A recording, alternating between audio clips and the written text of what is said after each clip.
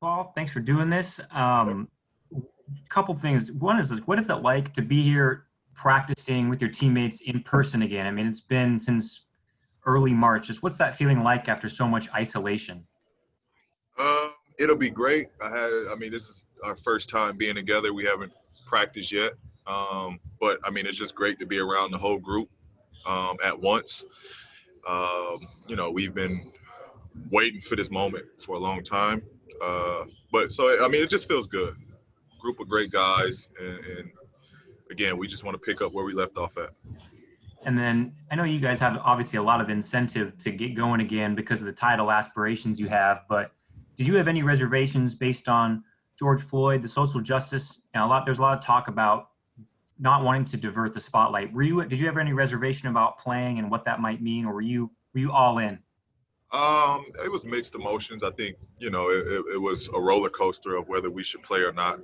I think ultimately, as a young African American, I think we have an unbelievable opportunity to use our voices.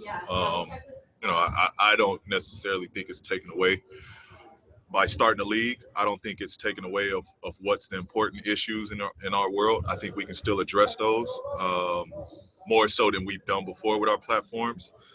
I mean, I think it's just, again, another unbelievable opportunity. The spotlight is on us. We're opening back up the sports world. And, with that alone, we should have more than enough of an opportunity to get our message and our points across. Thanks, Andrew. Ohm from ESPN. Go ahead, Ohm.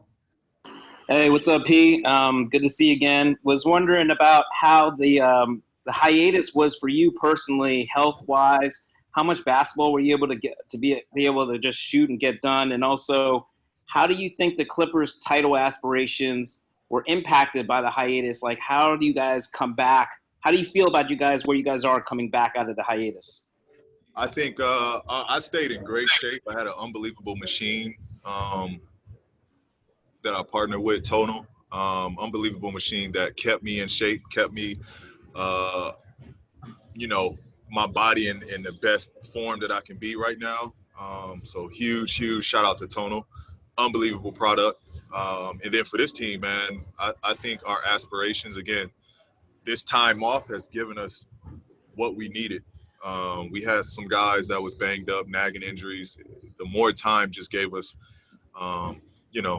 more time for us to aid those injuries and to get back to 100. So, this team has been faring well with the limited amount of practice and practice time that we've been given already. That doesn't really hurt us. That didn't really bother us in the regular season. So I don't think that time off is going to bother us now. Again, the only thing that it helped with was healing our bodies and just getting us physically ready for this last stretch. Thanks, PG. We have two more questions. Next is Christina Pink. Hey, just making sure you can hear me, right? Yeah, I hear you. Okay.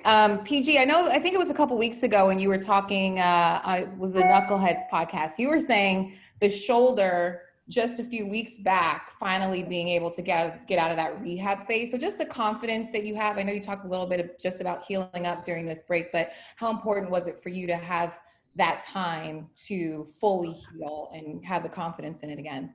Yeah, I was, honestly, this whole season up until this, when I spoke about my shoulders feeling good again, really, I had some insecurities to start the season off. I had insecurities throughout the season just because I wasn't all the way 100. My shoulder didn't feel back to 100.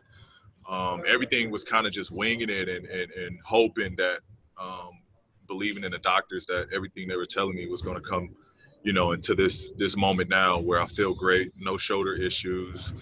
The whole season, all the way up until maybe a month or two ago, I had to always do, shoulder rehab stuff and warming the shoulder up, and just so much went into, stuff I had to do before I actually took, a foot on the floor, to where now I feel great again. I feel great just going on the court and shooting and doing regular things. So I'm really just confident into that and feeling back to myself again. Thanks, Christina. And last question, Dan Wilkie. Go ahead, Dan. Hey, Paul.